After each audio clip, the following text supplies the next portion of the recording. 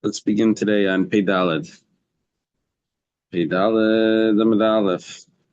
Tanan Hassam. It's at the bottom of the second line from the bottom on 84a. And we thank Hashem be able to enter every day. Most of our learning, we should have the base of English immediately.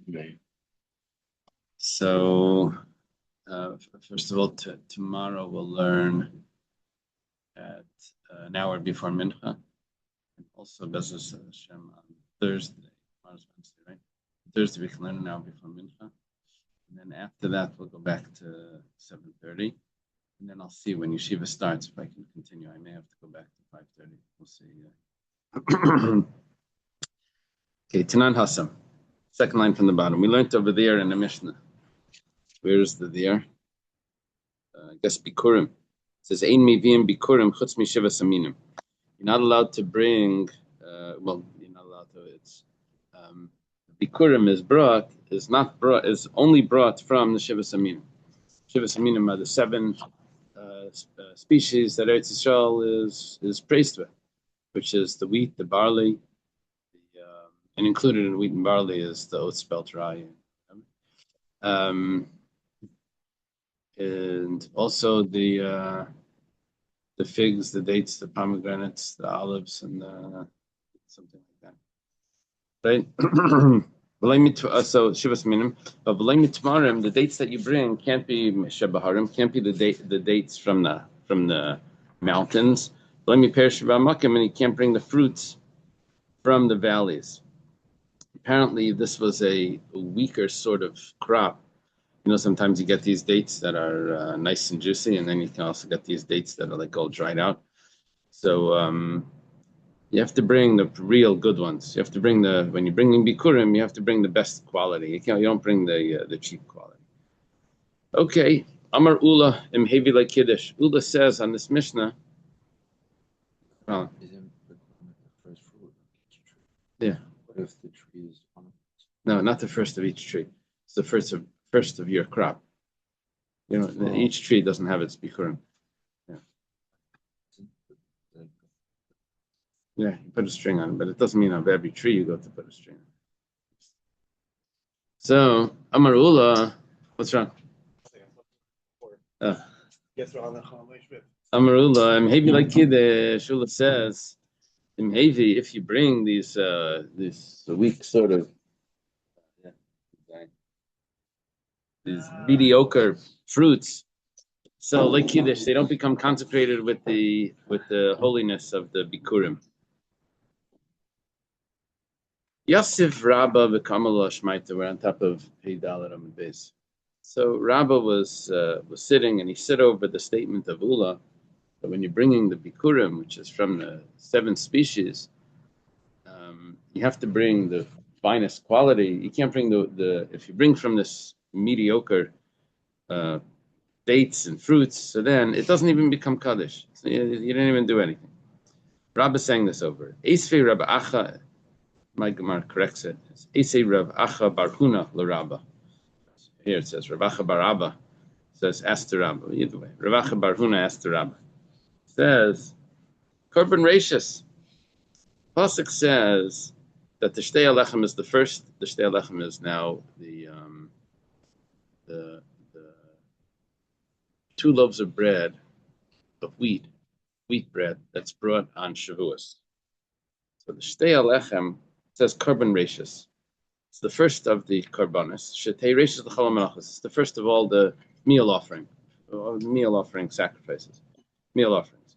It also says, when you will bring the new meal offering to Hashem on your holiday of weeks, which is Shavuos, I would only know that this is going to be the newest of the wheat offerings. How do I know that there's also a first of the barley offerings? Now, and what that would mean was that there's 2 interpretations in Rashi what this means. One interpretation is that you can't bring, Saita can't bring her offering. Saita would bring a barley offering. can't bring that offering before the Shtei Alechem on Shavuos, which is the new grain offering. The new grain is of wheat. How do you know that that's also the first of the new grain for the barley? That's one interpretation.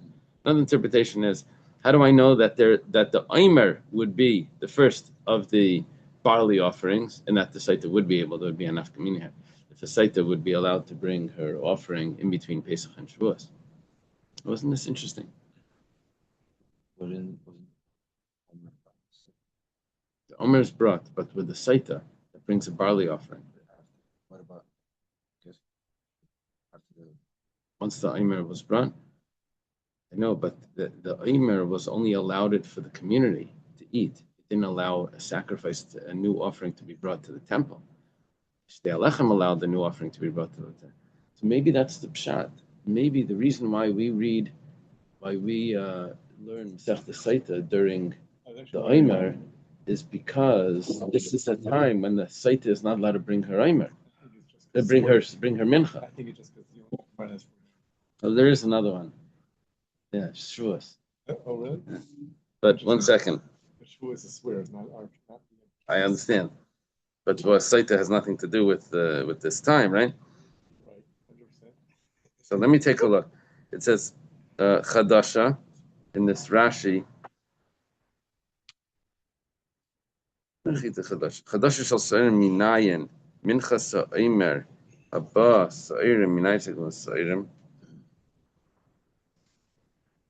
No, so Rashi's second pshat is that the Omer is has to be before the Saita's offering, but Rashi's first pshat. Rashi's first pshat is that you would have the Saita would not be allowed to bring her offering in between the Omer and the Shtei Alechem. So just phone it, yeah, you'd have to wait. Or maybe she could use the old grain. Yeah, you like this chat? This is a creative chat.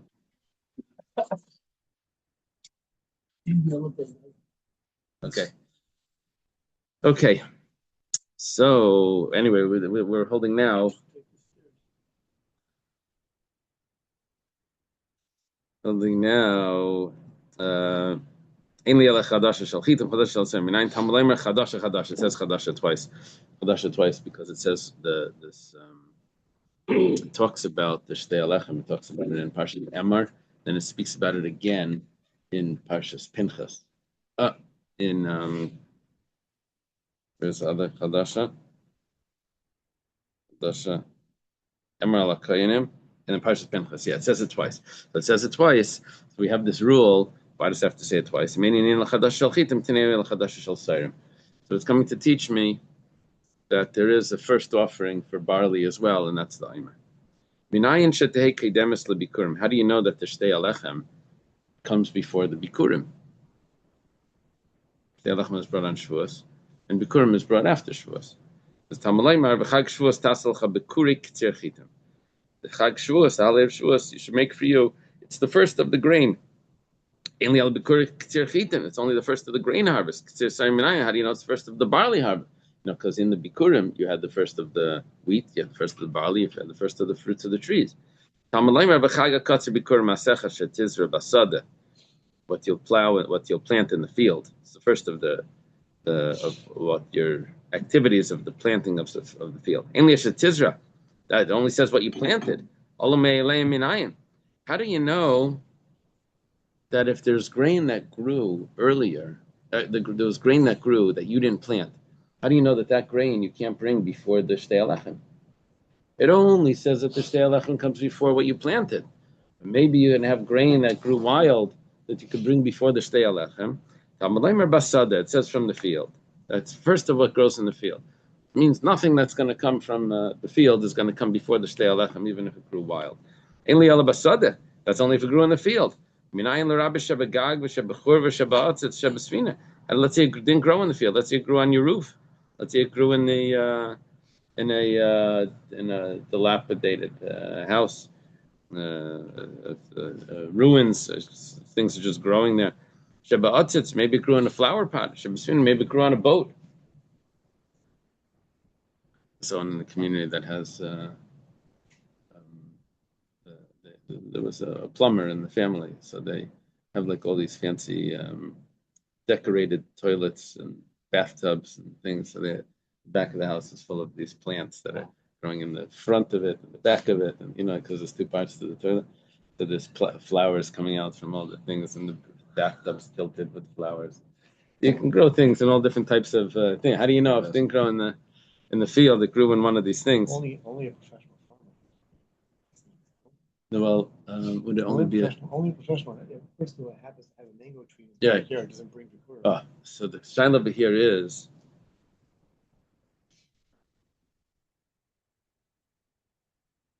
Maybe because I know the answer, the question isn't a good question.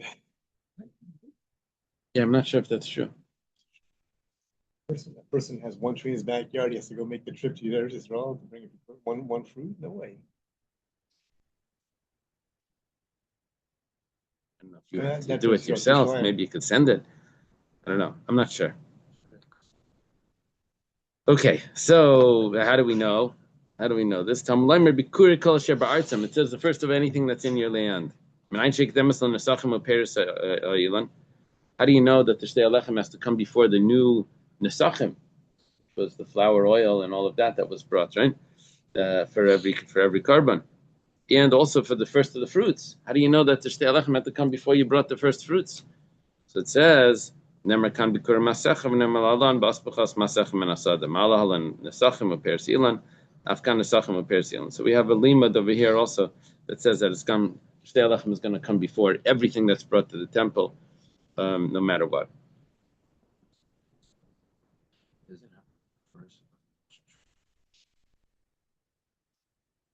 First of each type out of each tree. You're not going to, let's say you have 1,000 trees, you're not going to take 1,000 fruits. You take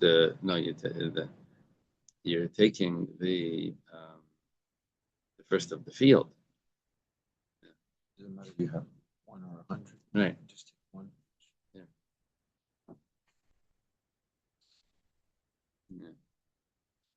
So, species, right? So, Katani Mia, one of the things that we mentioned in this brisa, the reason why we're quoting this, Rab Acha Bar Huna is asking Rabbah, because Rabbah said over in the name of Ula that if you bring lesser quality fruits as bikurim, that it's considered nothing. Just 1 second. One of the options here was shebagag v'shebachurva shebaotzes shebasfina. That we were thinking that those things you could bring before the Shtei Alechem because they weren't considered in the field. But if it would be after the Shtei Alechem, then you would be allowed to bring it. All we said was that before the Shtei Alechem you can't bring it. We included it, but after the Shtei Alechem you probably can. What do you mean? That doesn't grow like the best fruits if it's growing in a flower pot. You can't compare that to what's growing in the field, or if it's growing in a boat, or it's growing on the roof. You only take one of each. Even if you have one tree, I guess you have to take. We have to check. Russell knows the. Trumas and Meister definitely only applies to. Oh, okay, yeah. That's for sure. Yeah, so because that Bikurim is the same right. thing. I'm not sure.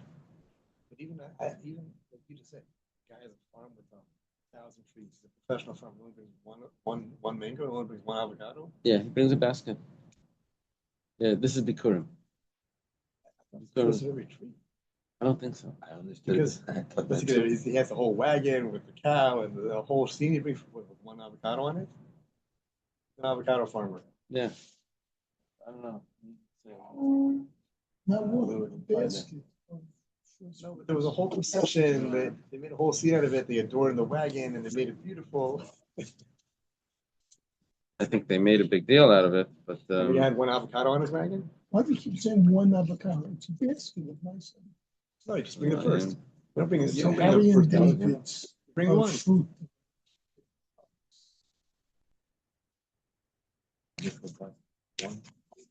Not one fruit. No, one species. What if he only puts one? So the guy who owns So he house brings a avocado brings basket one avocado. of whatever that is. One type of fruit, not one fruit. He only grows one.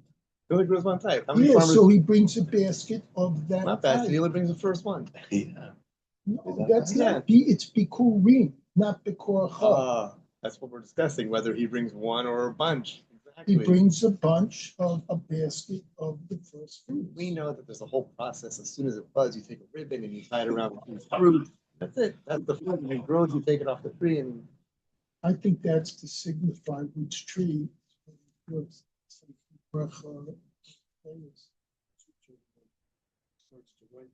Yeah. That's all, and then you go back and you take a whole bunch of them. But you becoming, like a greedy Cohen. This Cohen doesn't go to the Cohen. Yeah, you don't get this same tree. So forget about it. Forget about it.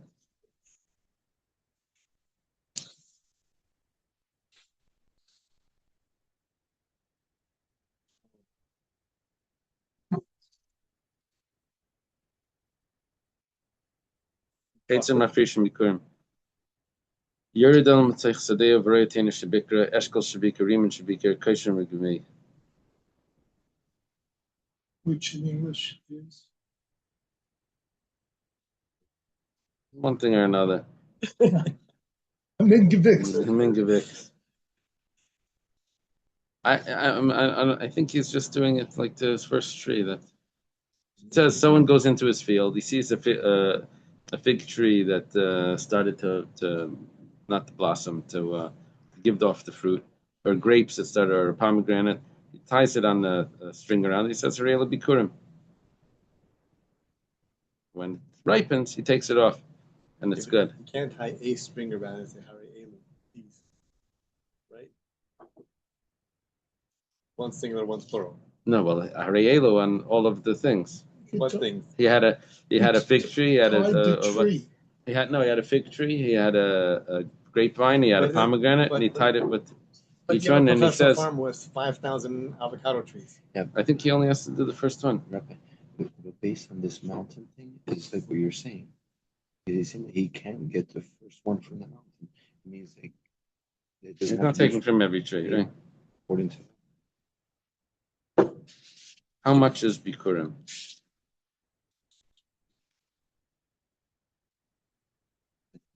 What's the shear of bikurim?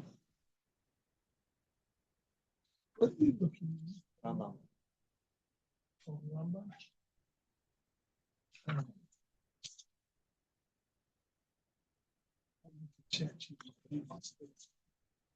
We've decided that ChatGPT only helps those that don't know the real answer. You have to not trust. Okay. What is the requirement amount for Bikurim?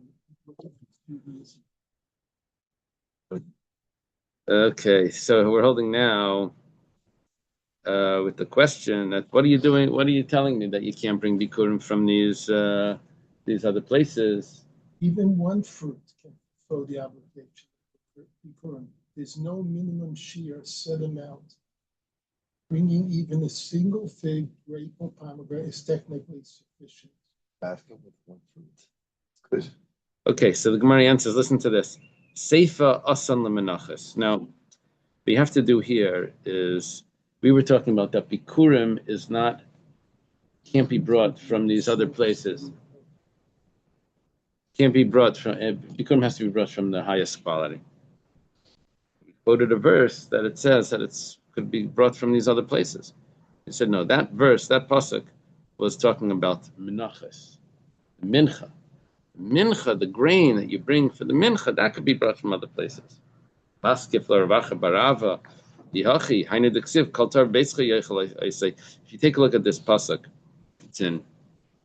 this is right after the story with Kairach, when Moshe Rabbeinu teaches us what the Kayanim are going to get. What happens if these farmers like land is on the mountains in these areas it doesn't grow so well, but he just like the best of what he has. I don't know. Maybe he doesn't bring it. I don't know. It says like this: Bikurei kol asher ba'artzim asheviu la'Hashem l'chayia kol taves yichlenu. This is talking to the Kayanim, and he says to the Kayanim, he says, the first fruits of everything that grows in their land, which they will bring to God, will be yours. Right, telling the Kayanim, any ritually pure member of your household may eat of it. We're saying that this pasuk is talking about menachos. Menachos are only eaten by the male Kayanim. So what do you mean when it says any ritually pure member of your household may eat from it? It's not true. It's only the men. If you we answered this pasuk, we said that this pasuk that says will be yours. What are we talking about? We're not talking about the bikurim, because the bikurim can't be brought from a flower pot or from the mountains or from the valleys. It has to be brought from a proper field, from the best. So we said, no, this pasuk is talking about menachos. We're talking about menachos, and the halacha doesn't fit because it says that anyone's allowed to eat it. So the Gemara says, menachos zichrikunu de mesachlan. Amar Misharshi trei krei ksivi. Misharshi says that you have to divide the pasuk in half. First half of the pasuk says l'chayiyah. To you it should be. Okay, that means that it's bikurim. Anyone that's pure in your house would eat it. Well, that's referring to no. So haketzad kol tar bebeischa is talking about bikurim. That would be bikurim, because anyone's allowed to eat the bikurim, even the women. But kan bemenachos l'chayiyah, that would mean only. It doesn't say exactly the male, but it's referring to the male. The male are allowed to eat it. That's by the menachos. Ravashi says kul b'menachos. The entire pasuk is referring to menachos. The sefer the cross and lach meitaida. What does it mean? Kol tar bebeischa yechalaisei. Unbelievable pshat Ravashi comes up with. It says like this: remember the korban taida had 40 loaves. 4 of those loaves would go to the kayanim. That's not considered a regular mincha that the kayanim that only the male kayanim eat. This is something that the kayan family could eat. The 4 loaves of the taida, it's like challah, which doesn't have to be just the male kayanim. I think challah could be eaten by even the family, right? Like truma is eaten by the family. So the entire family of the kayan. So if that's the case, then we have a pshat. Kol tar bebeischa yochalaisa is referring to menachos, but which mincha? The mincha of the taida, which the kayan's family is allowed to eat. So now the Gemara says beplugta. This is more of like a Yerushalmi style. That just throw in the word beplugta. But anyway, what's happened over here is that we had a statement from Ula that says that if you bring these mediocre bikurim, you did nothing. You had Rav Acha bar Huna that argued on him. We tried to resolve that contradiction, but he says that machlekes that we have is now actually another machlekes. It's actually machlekes Rabbi Yochanan Amar and Hevi like Kiddush, exactly like what Ula said, that if you bring these mediocre fruits, it's not good. And Rish Lakish Amar and Hevi Kiddush, Rish Lakish says no, it is considered for good. Nasika kachasha bakachim. It's like a weak carbon. If you bring an animal sacrifice, but you didn't bring the strongest animal, it's still considered a sacrifice. We get what Rish Lakish says. He gave a good reason. Says, okay, you brought what you brought. I love Rabbi Yochanan my time. What's the reason for Rabbi Yochanan that he says that it's not considered anything? Amar Rabbi Elazar, you got to hear this. This is amazing. Rabbi Elazar says, Rabbi Yochanan chazoi b'chaloim milsam alai samina. Last night I had a dream of Rabbi Yochanan. Feel very confident today. I'm going to say my pshat. Hear that? What he's saying? Not like Rabbi Yochanan told him a pshat in the dream. He's going to say his own pshat because he had a dream with Rabbi Yochanan. Right? I think that's the pshat in this Gemara. Is that how they translate it? Rabbi Elazar was confident that since a great man appeared to him in the dream, he would offer a good explanation in the study all the next day. Right. So it says like this. This is Rabbi Elazar's pshat. Rabbi Elazar is Rabbi Yochanan's chavrusa. Now, it doesn't mean that Rabbi Yochanan was passed away already. I don't know. Maybe. It says Amar Kra. He says in the pasuk, "Me rachis v'loy kol rachis." It says from the first fruit, from the fruits, from the fruits, from the first fruits. So what does that mean? That's only the Zion minim. Me artzecha, from your land, v'loy kol artzecha, but not all of your land. That's the pshat in Rabbi Yochanan. You can't bring from all of your land. You can only bring from certain places where the fruit grows very strong and robust. Here they say about this lean animal, but we have to take the best. So is this the case that the best was me, like better than nothing? I don't know. I don't know. If someone didn't bring his best, he brought a lean animal. Is it a sacrifice? Yeah. So that's Rish Lakish is saying. He didn't do his best. He brought something else. It's still a sacrifice. So, Rish Lakish, hi, Artzecha, or May Artzecha probably. My Yavidle. What does he do with the word that Rabbi Yochanan just said that you can only bring from, you can't bring all? Mibayle Kedan uses it for another statement. Brisa, Rabbi Gamliel bar Rabbi Yomer, Rabbi Gamliel, Rabbi's son says, this is like Rabbi Gamliel from Pirkei Avos, the second chapter, after Rebbe in the second chapter. Did Hashem just remind me, Cain didn't bring the best of Right. the animal or whatever it was. Was it accepted or not accepted? It wasn't. Was it? And therefore he got upset and took it out of his brother. But according to this, it should have been accepted. Because we just said even if it isn't. Right. Right. You have to look back in there's a type of commentary on the Torah which is like drush. So they say like this: Kayin held of Rabbi Yochanan, and then this, and he held like Rish Lakish, and they pull it in. Wow. A futuristic rabbit.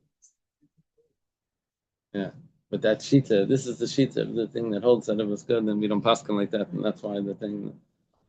And that's why the Rambam is, you see this like shetlach like this. That's a good question. Yeah. So Rabbi Gamliel says, "Nemer kan eretz v'nemer la'alan eretz." It says another place eretz. Ma la'alan shvach eretz, afkan shvach eretz. Where does it say eretz? It says eretz chita sayre gefen tenerim. Right over there, it's talking about the praise of Eretz Yisrael. So over here it says eretz about the bikurim, reishis artecha, bikuri artecha. So over here it's talking about art. Oh, it's the eretz. Oh, I heard the word eretz. Eretz is talking about eretz chita sayre. Okay, so you're only going to bring bikurim from the ones from the Rashi brings us on Chumash from the Zion Minim. It's not just any fruit, just the loquats, the oranges, not from Jaffa oranges. Why can't bring it? I know we don't. Sabat chalav v'dvash. It doesn't say eretz there. Yeah, you want to bring it from the milk? Yeah. So I think the Gemara teaches us from that, and Gemara B'chayros teaches us that we're allowed to drink milk. Just something else. I mean, we're learning things from different things. Otherwise, we would say that if you can't drink, you're not allowed to drink milk. Okay. Well, you can't drink milk because it's Yotzi Menachai. The original. Because you're not allowed to eat a human, not a human, a live animal. You're not allowed. You can't eat a live animal till shechted. Here you have a Yotzi Menachai. Maybe it should be also. So it comes out that it's permissible. Anyway, whatever the case is. Eggs. Right. Yeah. V'idach, how does Rabbi Yochanan learn this? He says eretz me eretz. V'idach, so how does what does Rish Lakish do? Eretz me eretz le'mashmal. He doesn't learn from the mem. Yeah, okay. Whatever the case is, that's the limudim that go back and forth. Tani Chada, one brisa taught shebegag v'shebechorbe v'shebeatzitz v'shebesfina maybe v'kaire. Brisa says that if you do bring bikurim from grain or fruits that grew on the roof or grew on a broken down house, ruins, or a flower pot or a boat. You bring the fruits, and you also read the paragraph that comes along with it, which is what we said in the Agada. B'tanya Yidach, another bride says maybe Venikar. It says that you bring it and you don't read the paragraph because it's not such good, such fruits. Bishlam Rish Lakish. According to Rish Lakish, we can explain how is it that they have two brises here. According to Rish Lakish, you're bringing these fruits, but why? One brise says yeah, one says no. So Rish Lakish would explain Gag like kasha. When it says a roof and it says you do say it, or a roof says in a roof growing on a roof, you don't say it. Habagag demara, habagag debayas. It depends what type of roof it is. A roof of a cave or a roof of a house. A roof of a cave is a regular ground. So then you say it. A roof of a house, man-made structure, and you're growing on the roof. Then you won't say the paragraph. Churba like kasha. Also, if it's a ruined, kam b'churba avuda, kam b'churba sheina, but it depends. Was it cultivated, those ruins, to be able to grow on it? If it was cultivated, then yes. If it's just growing over there like a crack in the sidewalk, then it's not going to rain. What about hydroponics? Oh, I don't know. That's a good question. Maybe that's the svina part. It's like kasha kam b'nekuva, kam b'shein nekuva. Depends. Is there a hole in the flower pot? If there's a hole in the flower pot, then it's considered part of the ground. Svina like kasha, a boat is not a question. Kam b'svina shalitz, kam b'svina shel cheres. Depends. Was it a wooden boat or was it an earthenware boat? If it's an earthenware boat, it's considered part of the ground. Yeah? I would thought the wood one is part of the ground. But no, the earthenware one is part of the ground because it's clay.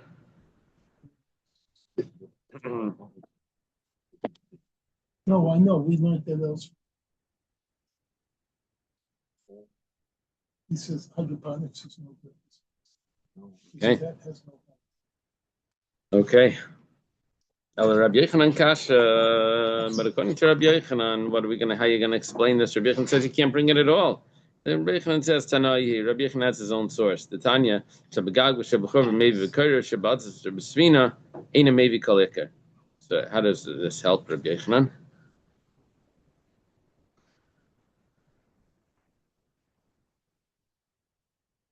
There is a Tana that says Achas Shabasvina you don't bring. So that if you don't bring from a flower pot, you don't bring from a boat, then you also won't bring from the mountains, and that's what Rabbi Yochanan said. You don't bring from the mountains. I remember discussing the importance of bringing fast, right? Yeah. Bikurim is the first. Yeah.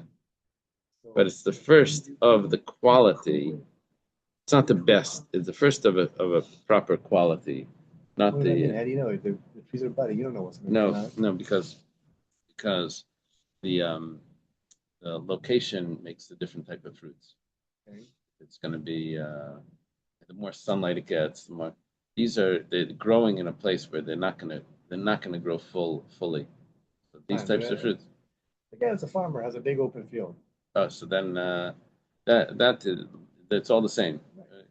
You don't know which tree, so you don't know that. But you do know that the one that's growing out of the wall over there is not going to be right.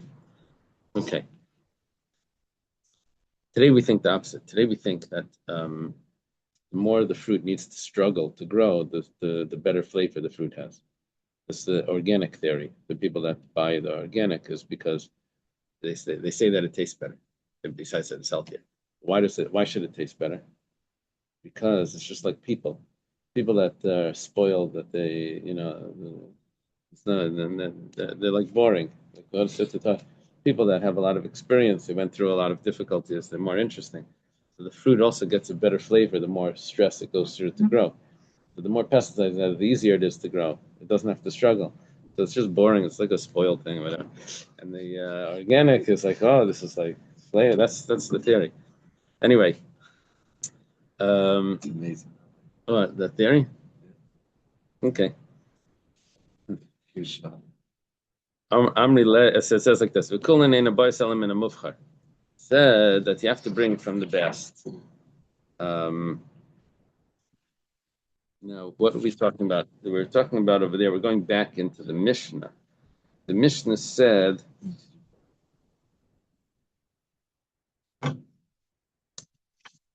that it depends. If it's the flour, then we're going to get from these places called Machnes and Zatcha. Right? We try to get the produce from the best. It says, Amrile Yochanan Yuchna umamra l'Moshe.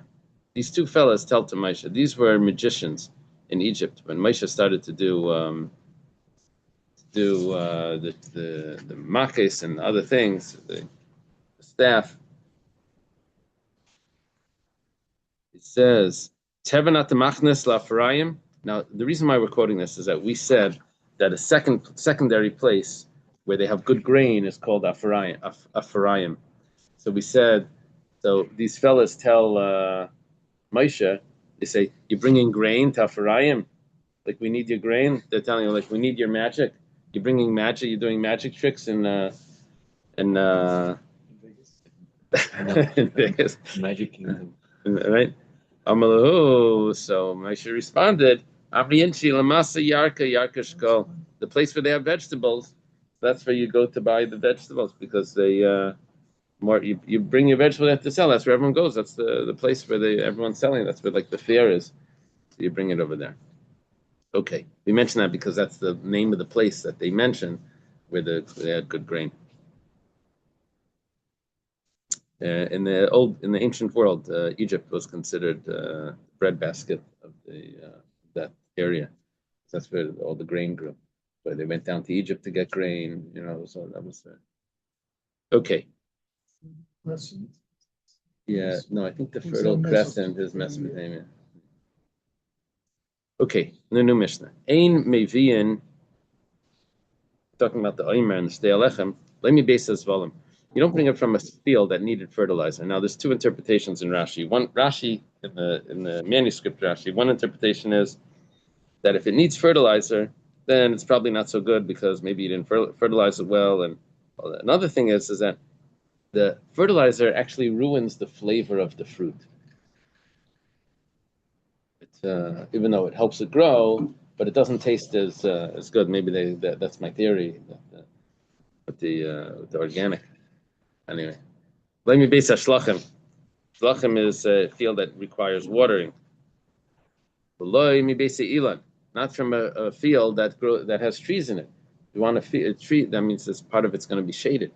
It's called a grain field was called stei halavan, a white field, because when you looked out, there was no shade. It was just sunlight. Just everything is equally getting the sun. Imhevi, yeah. Oh, interesting. Imhevi kosher, but if you did bring from these places, it's still kosher. Ketzid, how does he do it? Nara Shana Rishayna, Neirab maybe. He plows it on the first year, and then what's the base over here?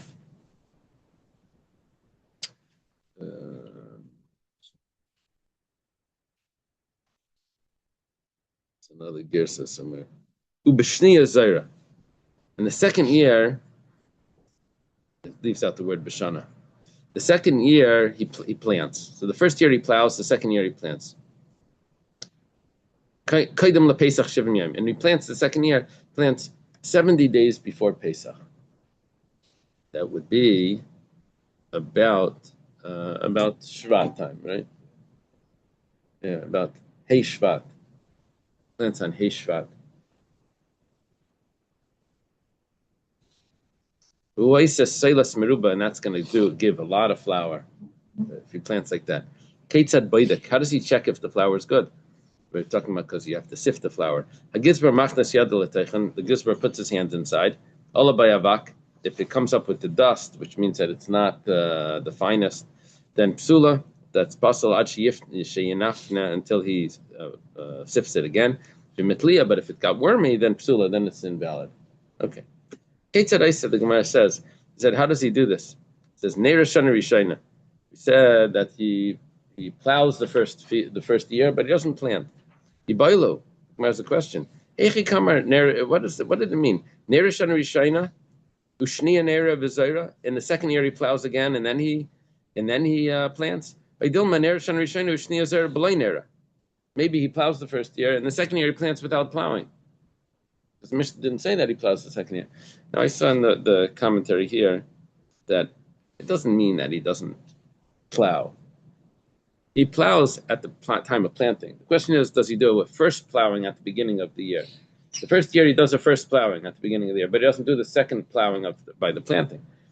And then the second year, he just does the regular plowing. And second year, he plants it. And of course, when you plant it, you have to make sure the soil you're able to put it in. So you do a plowing after planting. But did you do a plowing at the beginning of the year as well? So then we don't have an answer to that. So Tashma, so come and listen. Tanya, starting in Rabbi Yasi. Rabbi says, Avchiti Kraziim and Kvarachim, these two places of Kriziim and Kvarachim, if only they would be close to Yerushalayim, they have good grain, we would have brought from there. As we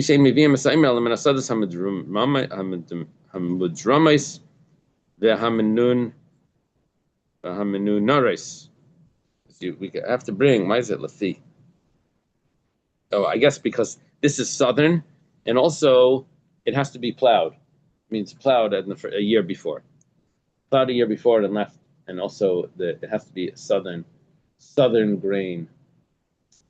Sounds like Kentucky bourbon or something. But you will see what the idea is. What happens then is that the sun, during the winter, the sun is on the south. So while the grain is growing, you're going to get the most sunlight if it's in the south. The more sunlight, the more it grows. You can get more sunlight no matter where it is. I guess so. No, but if it's if it's on the south side, it won't be covered by other trees. In an open field, there's no trees. No, but the other plants. No, 1 second. That's why they separate them. 1 second. The northern hemisphere. Oh, correct. Somewhere in winter. Yeah. So, but the more north, but I think the more north you go, the shorter the day is going to be. Oh, yeah. So what it means in the south is that you have more daylight. That means you have more. And the more daylight, the more it grows. Right. No, that's what they do with the hydroponics. Instead of doing 12 and 12, they could grow faster because they give it more sunlight. Uh-huh. Okay. Sounds good. Go for that. So. You know the story about the guy who got caught with the hydroponics growing. A guy had a giant house. It was down by 158th Street, whatever. It's still there, right? And he grew a giant marijuana factory in there. No, that's what it was. And they knew it, but they couldn't catch him. They ran a helicopter over at night with heat sensors, and the whole neighborhood was dark, and his house lit up. And the electricity was so insane. And then they went in, raided the house. Uh-huh. He went to jail. Uh-huh. And that's is that still illegal, or is that legal today? For personal use, I don't know. Uh-huh. Everything's different. Can you connect that to today's Gemara? Years ago, they said people were afraid of getting caught growing marijuana. They would grow it in the sidewalk, on the street, and in between the cracks of the street. That way, no one would. People would walk by and not notice it. That way, they couldn't get caught either. Anyway, what did Rabbi Yochanan say? Oili Amaymar. Rabbi Yochanan said, "I'm afraid to say everything that I know because people are going to learn from it. But if I don't say it, then people will think the rabbis don't know what's going on." There's a Mishnah about the they used what's it called, silver, the mercury. They used mercury. They would put mercury inside inside this balance of a scale, and what would happen is when they would put the grain on. They put the grain on first, so all the mercury would tip to the side. It was inside the balance, inside the rod. The rod. Then they would have to put on much more weights for it to balance out. And that's the way they would steal. Weigh so much. The mercury was heavy. It was a heavy. Anyway, Rabbi Yochanan taught us that that's what they would do. So okay. So what does he do? This is what we're looking for. He plows the first year. The second year he plows twice. V'Zaira, and then he plants. Kaidam lePesach 70 days before Pesach. Heishvat. So that it's around the time of the sun. It's close to the sun. Va'isa kana zeres. The stick will be one zeres. That means the stalk. Shibolis zerasayim, and the head would be two zereses. Zeres, I think, is like from here to here, or from here to here. One of them.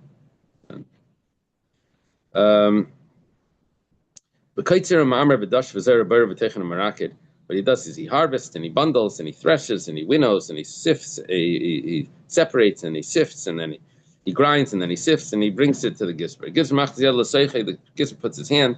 And also if the dust comes up, I'm like, so go sift it again. Reb Nassan says no. He would just put his hand with oily hand inside, and then he would lift it up, and he would take out all the dust that wasn't supposed to be there. Tani Mias, one of the things we learned here is Chayrish V'Shaina, that he would plow it in the second year, and he would plow it twice. See, it wasn't just plowing the first year; he would plow the second year as well. But according to you, Masnisan like Tani Shaina. But our Mishnah didn't say that you would plow twice at all. So the Brisa says he does plow. So we see that there's a discrepancy between the Mishnah and the Brisa. It says Olei Kasha, Kan Bavuda, Kan B'Shein Avuda. It depends. If the field was cultivated field from beforehand, then you wouldn't have to plow it twice. But if it was never cultivated, then you would have to plow it twice. My Havi Allah. What's the end over here? Now there's two interpretations. My Havi Allah. But basically, what's the end? What's the final conclusion? What happens with the plowing in the second year? Tashima, the Tanya, Son and Brisa, near Chetzia, V'Zera Chetzia. They would plow the whole field, but leave half of it empty, and they would only sow half of it.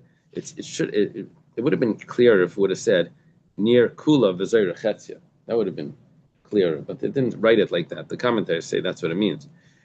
But near Chetzia V'Zera Chetzia, and then the following year they would do exactly the opposite. They would plow the whole field and sow the other half of the field, right? They would leave it for a year. Rabbi Yechanan. I'm sorry. Rotation, right? Rabbi Yechanan says that the Omer was brought from the southern fields of Israel, where over there the sun rises and the sun sets. Tanya Namiyachi was also done in Brisa, B'Shol Omer. Bikas Beis Makla, from the valley of Beis Makla. Bas Gimel Sa in Haisa, it was this could produce 3 sa. The southern Midramas Haisa, it was a southern field. The sun would rise and set over the field. Near Chetzia V'Zera Chetzia, near Chetzia V'Zera Chetzia. Rav Chilkia, they would plow, they would leave half just empty and sow the other half. Rav Chilkia Bar Tuv Havali Karna Da'ara. Near Chetzia V'Zera Chetzia, near Chetzia V'Zera Chetzia. V'Abdal Chad Trei, Masbane Lechita L'Smida. What was supposed to produce only one, produced 2. It would produce double the amount that it was, the way he did it. And then he would sell this wheat for Smida, which is the finest flour.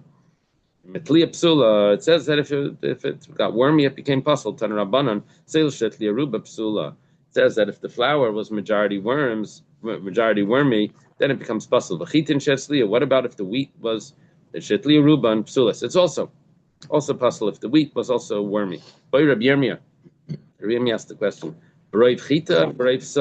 Does it mean each kernel of wheat had to have a worm, or does it mean that the majority of a saw had worms in it? Each kernel, or how did we view this? Take it. Boy Rava has a question. You're not allowed to consecrate an animal that's a balmum. So here we have the last piece. You really had to check. You had to check every kernel to see if there was a worm in it. That doesn't make sense. all right. That seems like low hanging fruit. Why is that a takeaway?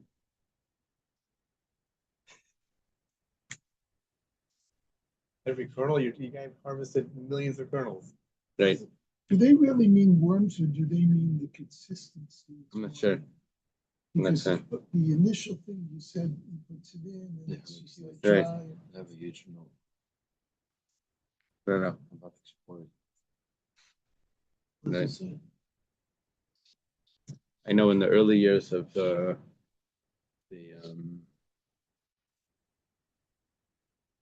when they started to write about bacteria.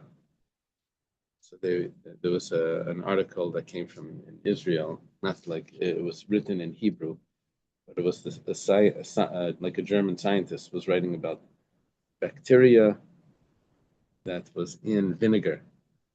So the way that they called bacteria in Hebrew was taline. Bacteria, but taline means worms. So then someone read this in Vilna. He wrote a thing that we're not allowed to use vinegar because there's worms in the vinegar.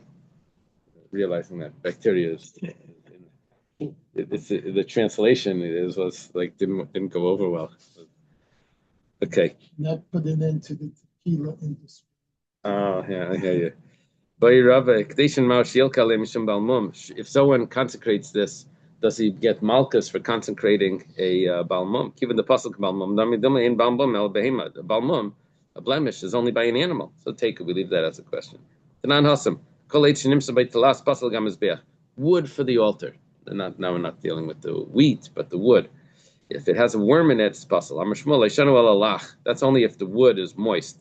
Yavish, but if the wood is dry, then you can pull out the worm and it's kosher. You scrape out the wormy part and it's kosher. Rava has a question. Let's say you makdish this wood. Is it considered like you makdish a balmum? Given the pasuk balmum, a balmum is only by an animal. Take it. We leave that as a question as well. Okay, let's leave it over here. Have a good yantif, everyone. Thank you very much. Now before mincha tomorrow. It was a different time. Yeah, whatever they announce. Hey, More or less 5 minutes.